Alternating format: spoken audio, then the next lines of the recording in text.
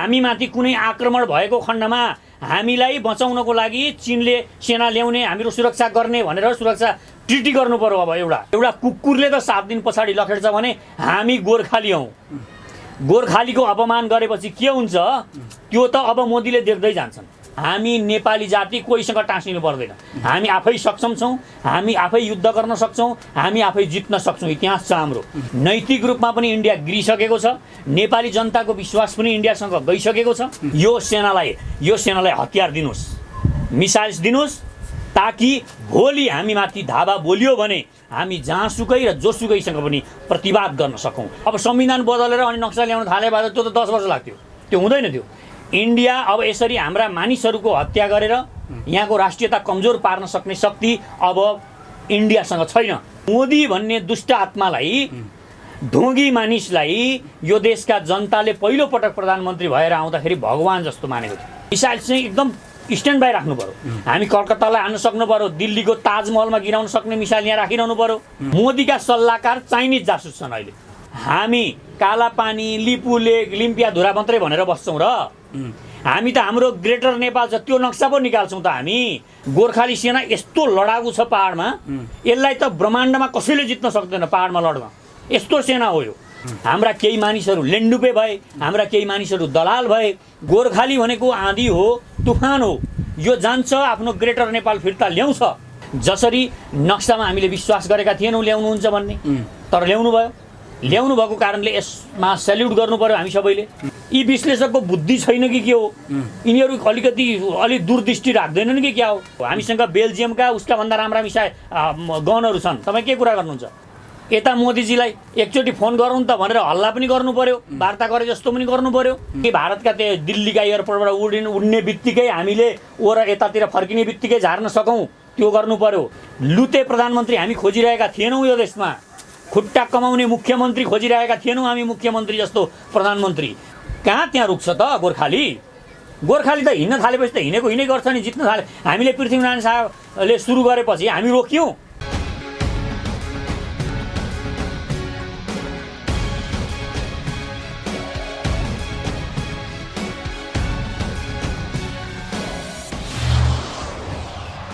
Star online टिभीको फ्रेममा पुण्य प्रसाई sir, फेरि पनि हार्दिक स्वागत छ तपाईँलाई।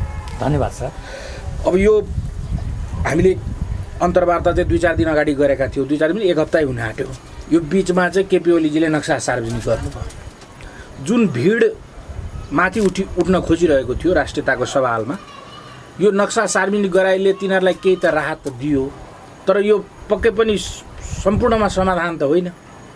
यो इनिसियल फेजको स्टार्टिङ जर्नी भन्छु म यसलाई। अब यसको इम्प्लिमेन्टेसन चाहिँ जब त्यो नक्सा सार्वजनिक गरे जस्तै भूमि नै फिर्ता भयो भने एउटा कुरा हुन्छ। फेरि त्यसका पनि विभिन्न प्रक्रियाहरू रहेछन्। भारत वार्तामा बस्न चाहनु पर्यो, अथवा भारतले पनि अन्तर्राष्ट्रिय अदालतमा गएर ल हामी दिँदैनौँ भन्ने खालको दुइटै राजी भएपछि हुने कुरो रहेछ यो, होइन? त्यसैले एकजनाले अथवा एउटा राष्ट्रले मात्रै नक्सा सार्वजनिक गरेर भूमि त पुरै फिर्ता हुँदैन त। भलै तत्कालीन अवस्थामा चाहिँ नेपालीहरूमा एउटा उत्साह, राष्ट्रभक्तिका कुराहरू आएका छन्, होइन? मनिषा कोइरालाले पनि अब त्यत्रो वर्ष भारतमा बसेर आफ्नो इमेज बनाउनु भएको, करियर डेभलप गर्नुभएको, उहाँलाई पनि राष्ट्रियताको याद आएछ अहिले आएर भनेपछि त सम्पूर्ण नेपालीहरूमा चाहिँ यो राष्ट्रियताको कुराले चाहिँ अलिकति ज्वरो गाड्दै गएको, जुन पर्सेन्टेज लो थियो त्यो हाई भइरहेको अवस्था छ। अब समग्रमा त्यसको भूमि नै चाहिँ पूर्ण रूपमा प्राप्त गर्नको लागि चाहिँ के कस्तो पहल फास्ट गर्नुपर्छ? किनभने केपी ओलीजीले के भन्नुभएको छ भने 3 वर्षभित्रमा हामी भूमि फिर्ता ल्याउँछौँ भनेको त उहाँले त भूमि भन्दा पनि सत्ता चाहिँ 3 वर्षमा जोगाउँछु, त्यो बिचमा भयो भने भइहाल्ला भन्ने हिसाबले बोल्नु भएको छ फेरि सदनमा। त्यसको त्यो वर्डको वेटलाई त हजुरले कतिको तोल्नुभयो त्यो, होइन? यी सम्पूर्ण कुराहरू छ। यो सम्पूर्ण कुरालाई कसरी व्याख्या गर्नुहुन्छ समग्रमा? धन्यवाद। पहिलो कुरा, एउटा कुरा आपत्ति मलाई के गरिहाल्नु तपाईँको प्रश्नमा भने मनिषा कोइरालालाई राष्ट्रियता याद आएछ भन्ने, त्यो होइन। हरेक मानिसको मनमा, हरेक नेपाली नागरिकको मनमा राष्ट्रियता बसेकै हुन्छ, होइन? त्यो कुन बेला आउँछ? जब आगो लागेपछि मान्छे चिच्याउँछ नि त। तपाईँलाई आगोले पोलो भने पो चिच्याउनुहुन्छ नि त। त्यतिखेर तपाईँ जतिखेर पाए त्यतिखेर त चिच्याउनुहुन्न। र प्रेम भनेको जतिसुकै खेर प्रदर्शन गरिरहने कुरा होइन। तपाईँ घरको आमालाई प्रेम गर्नुहुन्छ, जतिखेर पनि गरेर सुमसुमाइरहनु त हुन्न, तपाईँको आत्मामा त हुन्छ। तर कुनै अप्ठ्यारो पर्यो भने त तपाईँ बोल्नुहुन्छ आफ्नो आमाको लागि। त्यसले आज मात्र बोलिस् आमाको लागि, पहिला त बोल्दैन थिइस् त, भन्न मिल्दैन। कोही पनि नेपालीलाई, नेपाली नागरिकलाई यो भन्न मिल्दैन पहिलो। दोस्रो कुरा, भूमि कहिले फिर्ता आउँछ? अन्तर्राष्ट्रिय अदालतबाट हुँदैन, त्यहाँ उसको अनुमति बिना मुद्दै हालिन सकिँदैन। त्यो भारत पनि राजी हुनैपर्छ। त्यो कारण त्यो अन्तर्राष्ट्रिय अदालतको किस्सै नगर्नुहोस् तपाईँ, त्यो कामै छैन। पहिलो कुरा, अब 3 वर्षमा सत्ता जोगाउनलाई हो कि भन्ने कुरा छ। 3 वर्षसम्ममा चाहिँ भूमि फिर्ता हुन्छ भन्नुभयो के? उहाँले के भन्नुभयो भने आफ्नो शासनकालभरिमा म ल्याउँछु भने हो त्यो। भनेको यो म्यान्डेट दिएको हामी जनताले त 5 वर्षको लागि म्यान्डेट दियो, त्यसकारण 5 वर्षभित्रमा ल्याउँछु भने त्यो कमिटमेन्ट भनेको कुनै सानो कमिटमेन्ट होइन। पहिलो कुरा कमिटमेन्ट के हो एउटा नेताले गर्ने, त्यो एउटा मान्नुपर्ने हुन्छ। जसरी नक्सामा हामीले विश्वास गरेका थिएनौँ ल्याउनुहुन्छ भन्ने, तर ल्याउनु भएको कारणले यसमा सेल्युट गर्नु पर्यो, हामी सबैले एप्रिसिएट गर्नु पर्यो। र दोस्रो कुरा राष्ट्रियता, त्यो सिमाना अब नक्सा मात्रै आयो कि भन्ने छ। नक्सा आउँदा हलचल त भयो, संसार हल्लियो। एउटा नेपालको संविधानमा त त्यो कुरा छैन नि त सर। संविधान पहिला पास गर्नु पर्थ्यो, अनि नक्सा सार्वजनिक गरेको भए लाल पूर्जा मात्रै खल्ती भएन कि नामसारी सहितको लाल पूर्जा आउँथ्यो नि त। कुनै पनि कुरा तपाईँ कोही मान्छे मर्यो, तपाईँ एउटा मान्छे तपाईँको आफ्नो नजिकको मान्छे घाटमा मर्नुभयो, पशुपतिमा मर्नुभयो भने त्यहीँ जलाएर आउनुहुन्छ तपाईँ? त्यहीँ जलाएर त आउनुहुन्न नि, घरमा ल्याउनु पर्यो, केही प्रक्रियाहरू पुरा गर्नु पर्यो, अनि प्रक्रिया पुरा गरिसकेपछि अनि फेरि घाटमा लाने हो नि त। त्यसरी हुन्छ नि त प्रक्रिया, कुनै पनि कुराको प्रक्रिया पुरा। पहिले एकैचोटि संविधान ल्याउने त्यो होइन, पहिला नक्सै ल्याउने हो, नक्सै आयो। अब नक्सा आइसकेपछि नक्साको सबै फ्रेम बनिसकेपछि अब संविधान चेन्ज गर्ने हो नि त। अब संविधान बदलेर अनि नक्सा ल्याउन थाले भए त्यो त 10 वर्ष लाग्थ्यो, त्यो हुँदैन। त्यो यस्ता कुराहरू भनेको अल्मल्याउने कुरा हुन्, यो होइन। यी अल्मल्याउने मान्छेहरूले, भारतवादीहरूले बोल्ने कुरा हुन्, इन्डियनहरूले बोल्ने भाषा हुने होइन। त्यसकारण हामीले के बुझ्नुपर्छ भने अहिले यो अवस्थामा जुन कुरा आएको छ, जुन कुरा हुँदैछ, यो एकदम ठिक तरिकाले बढिरहेको छ। र यो अब बङ्गिन दिनु हुँदैन, हामीले यसरी नै बढ्नुपर्छ। अब खड्ग ओली हाम्रो सम्माननीय प्रधानमन्त्रीज्यूले के गर्ने हो? अब अलिअलि चिप्लो पनि घस्ने हो। चिप्लो घस्ने भनेको कुटनीति भनेकै चिप्लो घस्ने त हो नि। अलिअलि चिप्लो पनि घस्नु पर्यो। यता मोदीजीलाई एकचोटि फोन गरौँ त भनेर हल्ला पनि गर्नु पर्यो, वार्ता गरे जस्तो पनि गर्नु पर्यो। अनि यता चीनसँग एउटा ट्रिटी गर्नु पर्यो, सन्धि। यदि हामीमाथि कुनै आक्रमण भएको खण्डमा हामीलाई बचाउनको लागि चीनले सेना ल्याउने, हाम्रो सुरक्षा गर्ने भनेर सुरक्षा ट्रिटी गर्नु पर्यो। अब एउटा चीनसँग पनि यो ट्रिटी गऱ्यौँ भने सकियो इन्डिया। यो ट्रिटी गरेर फर्केको त्यो प्लेन यहाँ ल्यान्ड हुन्छ कि बाटैमा सकिन्छ? फेरि त्यो कुरा छोडिदिनुहोस्, ट्रिटी गरेपछि थाहा हुन्छ त्यो के हुन्छ भन्ने कुरा। होइन, राजा वीरेन्द्रले त्यसो गरेर फर्किँदाखेरि त अब त्यो खेल खेल्न सक्ने पोजिसनमै छैन। पहिलो कुरा त इन्डिया अब यसरी हाम्रा मानिसहरूको हत्या गरेर यहाँको राष्ट्रियता कमजोर पार्न सक्ने शक्ति अब इन्डियासँग छैन। नैतिक रूपमा पनि इन्डिया गिरिसकेको छ, नेपाली जनताको विश्वास पनि इन्डियासँग गइसकेको छ। अब उसप्रति नेपाली जनता, त्यहाँको प्रधानमन्त्री त्यत्रो हाई हुँदाखेरि उसलाई त साँच्चै भन्ने हो भने मोदी भन्ने दुष्ट आत्मालाई, ढोंगी मानिसलाई यो देशका जनताले पहिलोपटक प्रधानमन्त्री भएर आउँदाखेरि भगवान जस्तो मानेको थियो। हजुर, त्यो त हो। एउटा जब तपाईँलाई यत्रो सम्मान, यत्रो आदर मानिसहरूले दिन्छन्, त्यो मानिसलाई भोकै राख्न तपाईँ लाग्नुहुन्छ भने तपाईँलाई मान्छेले छोड्छ, त्यो जनताले त्यो बिर्सिन्छ। चोट बिर्सिँदैन। एउटा कुकुरलाई त तपाईँले आज गाडीले ठक्कर दियो, तपाईँको अहिले भरे मोटरसाइकलमा हिँड्दाखेरि तपाईँको मोटरसाइकलले त्यहाँ बाटोमा तपाईँले कुकुरलाई ठक्कर दिनुभयो भने 7 दिन पछाडि तपाईँ आउनुभयो भने पनि त्यो कुकुरले तपाईँलाई लखेड्छ। यो कुरा थाहा छ कि छैन? एउटा कुकुरले त 7 दिन पछाडि लखेड्छ भने हामी गोर्खाली हौँ। गोर्खालीको अपमान गरेपछि के हुन्छ त्यो त अब मोदीले देख्दै जान्छन्। यो मोदीको जुन रणनीति छ, यो साउथ ब्लकको जुन रणनीति छ, यो गलत छ। त्यो साउथ ब्लकमा जुन यिनीहरू रणनीति बनाउने ठाउँमा छन् त्यहाँ चाइनिज जासुस छन्। मुख्य कुरा यो इन्डियनले बुझेको छैन। त्यहाँ चाइनिज जासुस छन्। चाइनिज जासुसहरूले साउथ ब्लकभित्र चाइनिज जासुस छन्। हो, मोदीका सल्लाहकार चाइनिज जासुस छन्। अहिले यो मोदीलाई थाहा छैन। र ती चाइनिज जासुस के भन्दै हुनुहुन्छ? यो अजित डोभाल चाइनिज पेड हो? किन हुन सक्दैन? उनीहरूको रणनीति हेर्नुहोस् तपाईँ। किन हुन सक्दैन भने हो नै भन्नुभयो नि तपाईँले। एकदमै हो। चाइनिज यो मान्छे हेर्नुहोस् तपाईँ, कि दुईवटा, म चाइनिज मात्रै भन्दिनँ, कि यो अमेरिकनबाट सञ्चालित छ, कि यो चाइनिजबाट सञ्चालित छ। होइन, बोनसको लागि त अब एकछिन मेरो पहिला कुरा सुनिसक्नुहोस् तपाईँ। किनभने यिनीहरूको रणनीति हेर्नुहोस्। पहिला कुरा यिनीहरू अहिले यिनीहरूलाई के गराउन खोजिरहेको छ विश्वले भने यहाँ एकदमै विवाद सिर्जना गर्न खोजिरहेको छ। अब भारतलाई टुक्र्याउनु छ विश्वलाई भनेको अमेरिकालाई भारतलाई टुक्र्याउनु छ अनि चाइनालाई पनि भारत त शक्तिशाली बन्न दिनु छैन। यो शक्ति सङ्घर्ष हो नि त। यो जुन देखिराख्नु भएको छ तपाईँ यो त शक्ति सङ्घर्ष हो। ठुला माछाहरू दुईटा शक्ति सङ्घर्षमा लागेका छन्। त तपाईँलाई मैले अलिकति रोकेँ। लिपुलेक कालापानी लिम्पियाधुराको भूमि मिचिएको भन्ने जुन खालको कुरा आएको छ र यसबाट जुन तरङ्गित जुन माहौल छ यसको साइड इफेक्टले फाइदा चाहिँ तपाईँले भनेकै जस्तो त्यो शक्तिलाई हुन्छ त? खेलेकै उसैले छ त कसलाई हुन्छ त? जसले खेलो उसैलाई हुन्छ। अनि नेपाललाई पनि हुन्छ। नेपाललाई के हुन्छ? अब हामी त भोलि यहाँ अझ विवाद भयो युद्धको स्थिति सिर्जना भयो भने हामी कालापानी लिपुलेक लिम्पियाधुरा मात्रै भनेर बस्छौँ र? हामी त हाम्रो ग्रेटर नेपाल छ त्यो नक्सा पो निकाल्छौँ त हामी। भारतले यो नक्सा मानेन नि हाम्रो नयाँ नक्सा। हामी पुरानो नक्सा निकाल्छौँ हाम्रो ग्रेटर नेपालको। अब त्यो नक्सा मान्न लाउँछौँ हामी उसलाई। हाम्रो ग्रेटर नेपाल फिर्ता हुन त्यसको लागि लडाइँ गर्छौँ हामी। युद्ध त त्यहाँ पो हुन्छ त साँच्चीको युद्ध त भारतसँग। यो त अहिले त जिस्किएको। यो त हाम्रो हुन्छ नि हाम्रो ठट्टा गर्दा पनि गोर्खालीको 4 इन्च 1 इन्च यसो काट्ने भन्ने छ नि एउटा होइन। यो त हाम्रो ठट्टा हो। त्यहाँ त हामी त्यो कालापानी लिम्पियाधुराबाट त सेना त्यो पहाडमा हामी यसै पनि गोरिल्ला युद्ध गर्न एकदम खप्पिस छौँ। हेर्नुहोस् गोर्खाली सेना यस्तो लडाकु छ पहाडमा यसलाई त ब्रह्माण्डमा कसैले जित्न सक्दैन। पहाडमा लड्न यस्तो सेना हो यो। अब त्यहाँ आएर बसेको छ हाम्रो पहाडमा। हामी त 24 घन्टामा उसलाई त त्यहाँबाट धपाउन सक्छौँ। तर हामी के संयम भइरहेका छौँ। अब यो इन्डियाले यो जमिन छोडेन यो भूमि छोडेन भने ग्रेटर नेपालमा निस्किन्छ महान गोर्खाली सेना। अब त हामीले नेपाललाई त महान नेपाल बनाउने हो। फेरि हाम्रो त्यो महानता फेरि फर्काउने हो। अब त्यो पुरानो हाम्रो महानता छ जुन हामी त्यो विश्वमा कुनै बेला के थियो विश्वमा शक्ति थिए। इङ्ल्यान्डलाई विश्वको एउटा सुपर पावर मानिन्थ्यो। इङ्ल्यान्ड सुपर पावर हुँदा यता चाइना सुपर पावर थियो। त्यो बेला गोर्खाली यो भूमि छ नि यो पनि सुपर पावर थियो विश्वमा। त्यो इज्जत थियो गोर्खालीको। त्यो शक्तिको दुरुपयोग भयो।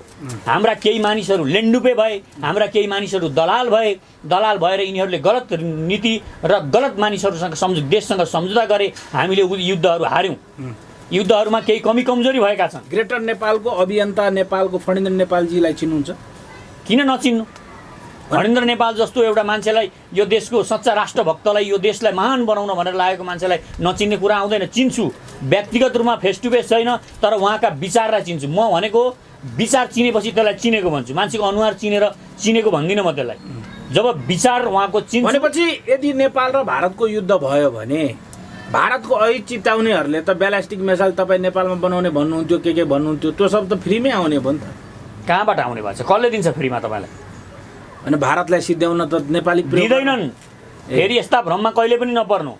कसैले तपाईँलाई फ्रीमा गुन्द्रुक पनि दिँदैन। यो देशले पहिला हामीले यो पनि बुझ्नुपर्छ। हजुर होइन तपाईँलाई भोक लाग्यो भनेर तपाईँलाई झोल खानु पर्यो मलाई चामल चाहिँ छ गुन्द्रुक चाहिँ दिएन त अलिकति भन्दा दिँदैनन् फ्रीमा। तपाईँले त्यो पाउनको लागि कन्ट्रिब्युसन गर्नुपर्छ। सबै संसारका देशहरू व्यापार गर्न बसेका हुन्। यिनीहरू सरकार भनेको आफ्नो देशमा व्यापार गर्नको लागि म्यानेजमेन्ट गर्ने संस्था मात्रै हो सरकार भनेको। हेर्नुहोस् सबै सरकारको कमर्समा अफिस म्यानेजमेन्ट थ्योरी पढाइ हुन्छ त्यही हो। यो सरकार भनेको त्यहाँका व्यापारीहरूलाई मिलाएर व्यापार गर्नलाई बनाउने हो सरकार भनेको यसो चलायमान गराउनलाई। त्यसकारण सबै व्यापार गर्ने हुन्। तपाईँलाई हतियार पनि दिँदैनन्। उनीहरूले के गर्छन्? अब भारतसँग लड्नुपर्छ गोर्खालीहरू भन्छन् अनि हामीलाई हतियार बेच्छन्। हामी किन्नुपर्छ। सित्तैमा फेरि लिनु हुँदैन कसैको पनि। सित्तैमा लिउँ भने त्यसो भए तपाईँ सित्तैमा लिँदा के हुन्छ त्यो म बताउँछु तपाईँलाई। सित्तैमा लियो भने देश अफगानिस्तान जस्तो हुन्छ सिरिया हुन्छ देश। सित्तैमा लिन खोज्नु हुँदैन हतियार। हामी बकाइदा पैसा उठाएर देशका जनताहरूले किन्नुपर्छ यो देशलाई रक्षा गर्नको लागि। जसरी तपाईँ कोठामा सुतेर बिहान तपाईँको बडी बन्छ एक्सर्साइज गर्नु पर्यो। तपाईँ जानु पर्यो जिम गर्नु पर्यो फलामहरू उठाउनु पर्यो अनि त्यहाँ पे पनि गर्नु पर्यो। सित्तैमा जुन चिज पाइन्छ त्यो सर्वनाशक हुन्छ एकदम घातक हुन्छ। कसैको पनि केही सित्तैमा लिनु हुँदैन। सित्तैमा लियो भने त्यो पचाउन गाह्रो हुन्छ। त्यसकारण हामी सित्तैमा पनि लिँदैनौँ, हतियार किनेर लिन्छौँ। हामी नेपालीहरूसँग त्यो पैसा जुटाउँछौँ, हामी नेपाली जातिहरूले आफ्नो देशको त्यो हामी लिन्छौँ र हामी अहिलेकै हतियारसँग हामी काफी छ क्या त्यहाँबाट खेद्नलाई। त त्यहाँबाट खेद्नलाई लिम्पिया धुराबाट भारतले नै दिएको इन्सासले सकिन्छ। तपाईँ कहाँ हामीले इन्सास बोकेको छ अहिले? तपाईँ कुन दुनियाँमा हुनुहुन्छ? कहाँ कहिलेको कथा भन्दै हुनुहुन्छ तपाईँ? तपाईँको अहिलेको कथा हो यो एसएलआर? तपाईँको पुरानो कथा हो? यो पुरानो कथा नसुनाउनुहोस्। अहिले हाम्रो सेना विश्वको शान्ति सेनामा गएको सेना हो। हामीसँग बेल्जियमका उसका भन्दा राम्रा गनहरू छन्। तपाईँ के कुरा गर्नुहुन्छ? शान्ति सेनामा हामीले राम्रोसँग विश्वमा शक्तिशाली रूपमा एकदम राम्रो तरिकाले शान्ति सेनामा राम्रो काम गरेको सेना हो यो गोर्खाली सेना भनेको। त्यति राम्रो हतियार छ, उसँग तालिम पनि छ। फेरि हामीले अमेरिकन सेनासँग यहाँ मिलेर तालिम गरेका छौँ। चाइना विरुद्ध गरेको चाइनिज सेनासँग पनि मिलेर गरेका छौँ। के को चाइनासँग मिलेर? हामीले आफ्नो आत्मनिर्भर हुनलाई गरेको एक्सर्साइज गरेको हो साथीभाइसँग मिलेर। यो कसै हामी आफ्नो आत्मनिर्भर हुनलाई गरेको हो। त्यसकारण कोहीसँग मिलेर होइन। हामी नेपाली जाति कोहीसँग टाँसिनु पर्दैन। हामी आफै सक्षम छौँ, हामी आफै युद्ध गर्न सक्छौँ, हामी आफै जित्न सक्छौँ। इतिहास छ हाम्रो। त्यसकारण हामीसँग हतियार पनि छन्। अहिलेकै अवस्थामा भारतसँग हामी लड्न सक्छौँ। अब अझ हामी त के चाहँदैछौँ भने यदि भारतले भोलि एउटा उसले 10-15वटा ती फाइटर मिराज प्लेन किनेर ल्याएको छ मोदीले, त्यो फाइटर प्लेनको बडो यिनीहरूको ध्वास भइरहेको छ। अब त्यसलाई त चरो झारे जस्तो यहाँ हामी एयरपोर्टमा हामी गिद्दा आयो भने त्यो चिल आयो भने यहाँ झार्नुपर्छ नि केटी छानेर। हो त्यसरी झार्नलाई एन्टिक्राफ्ट मिसाइल त चाहियो, त्यो हामीले ल्याउनु पर्यो। जबकि भारतका त्यो दिल्लीका एयरपोर्टबाट उड्ने बित्तिकै हामीले यतातिर फर्किने बित्तिकै झार्न सकौँ, त्यो गर्नु पर्यो। र यहाँबाट हाम्रा पहाडमा टक टक पारेर यस्ता ठाउँमा मिसाइल राख्नु पर्यो। लडाकु विमान हामीले पनि खरिद गर्नु पर्यो। किन खरिद गर्ने? झार्ने मात्रै हो। हामीलाई मिराजको काम छैन अहिले। हामी उसका मिराज आयो भने झार्ने, यतिमा यो पोजिसनमा बस्नु पर्यो। हामी अहिले आक्रमण गर्न जाने त भनेका छैनौँ नि त। प्रतिरक्षाको पक्षमा छौँ नि त। हामी आफ्नो रक्षा गर्ने हो, भिड्न जाने त भनेका छैनौँ। हामीले आयो भने हान्ने भनेका छौँ। हामीले त्यो पोजिसनमा हामी रहनु पर्यो। त्यति चाहिँ। अनि हामीले के चाहिँ राखिरहनु पर्यो? मिसाइल चाहिँ एकदम स्ट्यान्ड बाई राख्नु पर्यो। हामी कलकत्तालाई हान्न सक्नु पर्यो। दिल्लीको ताजमहलमा गिराउन सक्ने मिसाइल यहाँ राखिरहनु पर्यो। हामीलाई पर्यो भने हाम्रो सेनाको यो ब्यारेकमा कुनै एउटा मिसाइल झर्यो, उनीहरूको फाइटर प्लेनबाट कुनै एउटा बम झर्यो भने हामीले सिधै उनीहरूको संसद भवनमा यहाँबाट मिसाइल हान्न सक्नु पर्यो। त्यो पोजिसनमा हामी बस्नु पर्यो। अनि पो वार्ता हुन्छ त। वार्ता त समानमा पो हुन्छ त। कमजोरसँग के को वार्ता? कमजोरसँग वार्ता गर्छ। तपाईँ त्यहाँ हिँड्नुभयो, तपाईँको मोटरसाइकलले एउटा दुब्ले मान्छेलाई ठोक्यो भने उल्टै त्यसैलाई कुटेर हिँड्नुहुन्छ तपाईँ। बुझ्नुभयो? त्यो दुब्ले देख्नुभयो भने त्यो पावरफुल छ एकदम चाहिँ बडी बिल्डर छ भने अनि तपाईँ हजुर नमस्कार भन्नुहुन्छ। मेरो मोटरसाइकलले गल्ती गर्यो, झुक्किएर लाग्यो, ब्रेक फेल भयो, ब्रेक मैले खुट्टा हान्दाखेरि अन्तरतिर चिप्लियो, अब के गरौँ हजुर भन्नुहुन्छ। अनि मात्रै शक्ति अर्कोमा देख्नुभयो भने। त्यसकारण निर्दो भयो भने हेप्छन्। नेपाली हामीले निर्दो हुने होइन, देशलाई शक्तिशाली बनाउने हो। र प्रधानमन्त्री सम्माननीय प्रधानमन्त्रीज्यूलाई म यो अनुरोध गर्छु, मैले पहिला पनि बारम्बार भिडियोहरूमा भनेको छु, यो सेनालाई हतियार दिनुहोस्, मिसाइल्स दिनुहोस्, ताकि भोलि हामी माथि धावा बोलियो भने हामी जहाँसुकै र जोसुकैसँग पनि प्रतिवाद गर्न सकौँ। यो तयारीमा बस्नु पर्यो। यो मेरो सोच यो अनुसारले यो लाइनबाट पो हिँड्ने हो त। हान्न जाने दौडिनै पर्दैन नि। तपाईँ एकदम स्वस्थ तगडा भएर बस्नु भएको छ भने त तपाईँसँग वार्ता गर्न आउँछ नि त। अनि फेरि एउटा कुरा, वार्ता कुन बेलासम्म हुँदैन? यो वार्ता कुन बेलासम्म काम छैन भने तपाईँ आफ्नो पछाडि तपाईँ अहिले मसँग मानिलिउँ, तपाईँ मसँग कुनै विषयमा वार्ता गर्न आउनुभएको, तपाईँ बडीगार्ड यहाँ 40-50 जना गन बोकेर आउनुभयो, अनि मसँग वार्ता गर्नुभयो भने मसँग वार्ता हुन्छ?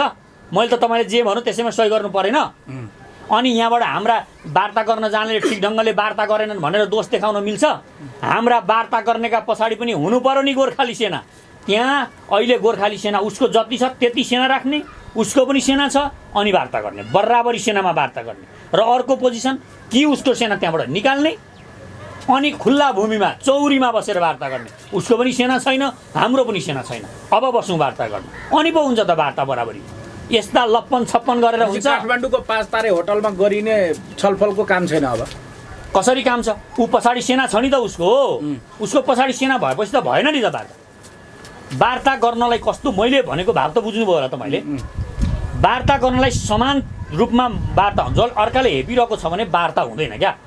वार्ता गर्नलाई तपाईँ पनि शक्तिशाली हुनुहुन्छ भने दुईटा समान शक्ति छन् भने एकदम दुईजनाले एकअर्कालाई इज्जत दिएर वार्ता गर्छन्। यो पोजिसनमा हामी बस्नु पर्यो, यो शक्ति आर्जन गर्नु पर्यो र त्यहाँ कि त सेना पुरै उसको निकालेर मात्रै वार्ता सुरु गर्नु पर्यो र अल्टिमेटम दिनु पर्यो। अल्टिमेटम पनि अहिले त ठिकै भएको छ, 3 वर्षमा त्यहाँबाट म निकाल्छु, तिनीहरूको सेनालाई खेच्छु, भूमि फिर्ता ल्याउँछु त भन्नुभएको छ हाम्रो प्रधानमन्त्रीले। र यो प्रधानमन्त्रीको यो शक्ति, यो बोल्ने साहस, यो हाम्रो इज्जतको पनि कुरा हो।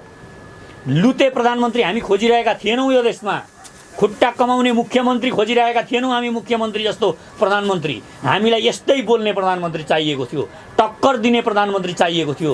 प्रधानमन्त्री यस्तै हुनुपर्छ। तपाईलाई कतिको विश्वास छ? मलाई त के लाग्छ भने यो नाटकीय तरिकाको यो वार्तालापहरू भइरहेछ अथवा स्टेटमेन्ट फालाफाल भइरहेछ। वार्तालापै भएको छैन। पहिलो कुरा त स्टेटमेन्ट फालाफाल पनि भएकै छैन। किन ओलीजीले के भन्नुहुन्छ, उताकाले के भन्छन्, त्यो कुरै भएन नि। त्यो कसले के भन्छ म तपाईँ नजानुस् न, तपाईँ केमा जानुस्। उसले नक्सा निकालो हाम्रो भनेर, हामीलाई के भयो? उसले नक्सा निकालेपछि हाम्रो आपत्ति त पहिला त नक्सामा भयो। हामीलाई सेना राखेको त झुकाएर राखे, हामीले त बस्न दिइराखेको थियो नि त, शरण त शरण पो दिएको थियो त। अब निकाल्नु पर्ने भयो, किनभने जहाँ शरण दिएको छ त्यही मेरो हो भनेपछि त त्यहाँबाट निकाल्नु पर्यो। अनि पो हामी जुर्मराएको हो नि त। मान्छेहरूले के भन्छन्, यहाँका बेवकुफ केही मानिसहरू के भन्छन्, यहाँका यो विश्लेषकहरू, यी विश्लेषकको बुद्धि छैन कि के हो, यिनीहरू अलिक दूरदृष्टि राख्दैनन् कि क्या हो। उनीहरूलाई हामीले शरण दिएको बेला त बसिरहन दिनु पऱ्यो नि त। अहिले गएर जतिखेर पनि त निस्की भन्नु भएन नि। तपाईँले एकजनालाई घरमा आफ्नो जग्गामा बस्न दिनुभयो, उसले अर्को म्यानेजमेन्ट गर्न पाएको छैन, जतिखेर पनि गएर त घर निकाल्ने, घरबाट यहाँबाट निस्केर जा भन्नु भनेको एउटा हामी जस्तो हिन्दू कल्चरमा हुर्किएको हामी शरण दिने जातिलाई यो भन्न त मिल्दैन। उनीहरू हारेर आएका, कुटाइ खाएर आएका, चाइनिजको 1962 कुटाइ खाएर आए, धुलाइ खाए, बिचराहरूको माया लाग्यो, हामीलाई त्यहाँ बस्नु दियो। उनीहरूले त्यो जमिन मेरो हो भनेर नक्सा निकालेपछि अनि हामीले हट भनेको हो नि त। यो सत्यलाई हामीले स्वीकार गर्नु पर्यो। अनि हामीले यहाँ गाली गरेर जोसुकैले फलाना यत्रो 20 वर्षसम्म कोही पनि सरकार किन बोलेन भनेर हाम्रा सरकारलाई गाली गर्ने होइन। जो बसेको छ किन बसिस 20 वर्ष भनेर भारतलाई गाली गर, विश्लेषकहरू इन्डियालाई गाली गर, हाम्रो सरकारलाई, हाम्रा मान्छेलाई होइन। ओलीलाई पनि सक्यो, त्योभन्दा अगाडि कसैले बस्न दिएको थियो भने पनि हामीले शरण दिएको हो नि त। शरण दिएको हो भने शरण दिनेलाई किन गाली गर्ने? अब हटाउनु पर्छ, जसले हटाउँछ त्यो महान हो। अब ऊ हट्दिन भन्दैछ शरण दिएको ठाउँबाट, अब उसलाई हामीले हटाउनु जरुरी छ। त्यस कारणले हामीले शरण दिएको हो, 20 वर्ष अगाडिसम्म ऊ बसेको थियो, हामी 20 वर्षसम्म बोलेनौँ। हामी त्यो बेला बोल्यौँ जब हामीले शरण दिएको ठाउँ, हामीले उसलाई बस्न दिएको घरै उमेर हो भन्न पाल्छ। त्यसकारण जुन बेला यो आवाज उठेको छ, सही आवाज उठेको छ र यस्तो बेलामा उठेको छ, अलिकता देशको बारेमा अलिकता हलचल गर्न सक्ने, अलिकता अडान लिन सक्ने प्रधानमन्त्री पनि भएको बेला आएको छ यो कुरा। हामी आवाजहरू बुलन्द गरौँ, अझ उत्प्रेरित गरौँ। कमान्डरलाई, युद्धमा गएको कमान्डरलाई जहिल्यै पनि उत्साहित गर्नुपर्छ। सेनाहरूले, पछाडिको सेनाहरूले हामी छौँ, अगाडि बढौँ भनेर गन लिएर पछाडि बस्नुपर्छ। हामी अहिले कमान्डरलाई तल तान्ने होइन, होच्याउने होइन, कमान्डरलाई अघि बढ्नलाई हरेक जनताहरूले सहयोग गर्नुपर्छ। जब हामी युद्ध जितेर आउँछौँ, जब हामी कालापानी र लिम्पियाधुरा लिपुलेकबाट भारतीय इन्डियनहरूलाई खेद्छौँ, त्यो बेला प्रधानमन्त्रीसँग तपाईँहरू हिसाब खोज्नुहोस्। जसलाई रिस उठेको छ भन्नुहोस्, तपाईँ यो काम तैँले किन गरिनस्, यो किन यसो गरिस्, सबै हिसाब किताब लिनुहोस्। अनि अर्को पालि भोट दिन मन लाग्दैन भने त्यो कुरा बताएर नेपाली जनताहरूलाई भोट नदिनुहोस्, हराउनुहोस्, सत्ताबाट हराउनु निकाल्नुहोस्। यो त हामीलाई अवसर छ त। अहिले यो बेलामा एकीकृत हुने बेला हो, एउटै स्वर बोल्ने बेला हो। यो नेपाली जनताको एक ढिक्का आवाज, ऊ नेपाली जनताहरूलाई विभाजित गर्न खोजिरहेको छ। यहाँका दलालहरूलाई प्रयोग गरेर विचारहरूलाई छरष्ट पार्न खोजिरहेको छ। राष्ट्रवादी विचारहरूलाई अन्धराष्ट्रवाद भन्न खोजिरहेको छ। उसले यसरी हाम्रा विचारहरूलाई भ्रष्टीकरण गर्दैछ। त्यसकारण यो कुरामा हामी सचेत हुनु पर्यो। यो कुरामा सचेत भएर अहिले एउटै कुरामा फोकस हुनु पर्यो। अर्जुन दृष्टि लिम्पियाधुरामा राख्नु पर्यो र त्यहाँबाट हामीले हाम्रो शत्रुलाई निकाल्नु छ, इन्डियालाई खेल्नु छ। अब कसरी गर्ने ठिकै छ, चिप्लो घस्दै जाउँला, के गर्दै जाउँला, तर तयार हुनु पर्यो। युद्धको तयारी गर्नु पर्यो। युद्ध हुन्छ कि भनेर खुट्टा कमाउँछ गोर्खाली सेनाले, नभए किन सेना राखेको हामीले खुट्टा कमाउने हो भने? सेना हामीसँग छ त, परो भने गर्नलाई राखेको हो त। भनेपछि समग्रमा तपाईँको भनाइ के आयो भने यदि युद्ध भएको खण्डमा हामी लिम्पियाधुरा लिपुलेक र कालापानी मात्रै सम्ममा मात्रै सीमित रहँदैनौँ, हामीलाई ग्रेटर नेपालै चाहिन्छ होइन त। त्यो त बढिहाल्छ नि, कहाँ त्यहाँ रुक्छ त गोर्खाली त हिँड्न थालेपछि त हिँडेको हिँडै गर्छ नि, जित्न थाले। हामीले पृथ्वीनारायण शाहले सुरु गरेपछि हामी रोक्यौँ, गएको गए गऱ्यौँ त, हामी त आँधी हो नि। गोर्खाली भनेको आँधी हो, तुफान हो, यो जान्छ आफ्नो ग्रेटर नेपाल फिर्ता ल्याउँछ। यदि युद्ध सुरु भयो भने भएन, ठिकै छ, भारतले गल्ती स्वीकार गर्यो, आफ्नो सेना फिर्ता लग्यो, ठिक छ, मिल्छ कुरा, त्यो एउटा मिल्छ। त्यसकारण हामीले एक्सक्युज गरिदिनुपर्छ, उसले एक्सक्युज मागेपछि हामीले ओके भन्नुपर्छ र त्यहाँबाट सेना हटेपछि हामीले फेरि एउटा राम्रो सम्बन्ध बनाउनुपर्छ, देशको राम्रो सम्बन्ध हुनुपर्छ। र महान बन्नलाई मैले बारम्बार भनेको छु, भारत महान बन्न चाहन्छ भने अलिकति ठुलो छाती गर्न जरुरी छ। 56 इन्चको छाती भन्दै हिँड्थे मोदी, के को 56 इन्चको हुन्थ्यो? होइन रहेछ, पहिला त हामीलाई भ्रम परेको थियो, गलत रहेछ। त्यसकारण मोदीलाई म भन्न चाहन्छु, 56 इन्चको बनाउनुहोस्, वरिपरि तपाईँ यो त्रास नफैलाउनुहोस्, यो त्रास जति तपाईँ फैलाउनुहुन्छ भारतलाई उति हानि हुँदै जान्छ, यो बुझ्न जरुरी छ। मोदीलाई तपाईँ हिन्दूवादी मान्नुहुन्छ कि मान्नुहुन्न? के को हिन्दूवादी? यो त मोदी भनेको हेर्नुहोस्, मोदीलाई त नभनौँ अहिले नै, तर मोदीलाई ल्याउने जुन आरएसएस छ नि, यो आतङ्कवादी सोच छ यिनीहरूको। जस्तो यिनीहरू के गर्छन्, यिनीहरू अल्पसङ्ख्यक, यहाँ पनि छन् नि त, हाम्रो मुसलमान छैनन् यहाँ हाम्रो। हेर्नुहोस् त, हाम्रो हिन्दू राष्ट्र भन्थ्यौँ हामी, यहाँ मुसलमानलाई हामीले हिन्दू राष्ट्रको केन्द्र मुटुमा मस्जिद बनाएका थिए। जब कोही पनि अरू धर्मको, बुद्ध धर्मको, हिन्दू धर्मको मानिसहरू त्यो मस्जिदको वरिपरिबाट फ्राइडेको दिन हिँड्दाखेरि मुस्कुराउँदै हिँड्थे त्यहाँका मुसलमान साथीहरूसँग, उनीहरू जुन ध्यान गर्न बसिरहेका हुन्। यो कल्चर भएका हामीलाई तपाईँ त्यहाँको अल्पसङ्ख्यक मुसलमानहरूलाई अनि दलितहरूलाई कति कुन अवस्थामा राखेका छन् त्यहाँका हिन्दूहरूले। आरएसएसको सोच त्यहाँका अल्पसङ्ख्यक मुसलमानहरूलाई दबाउने छ।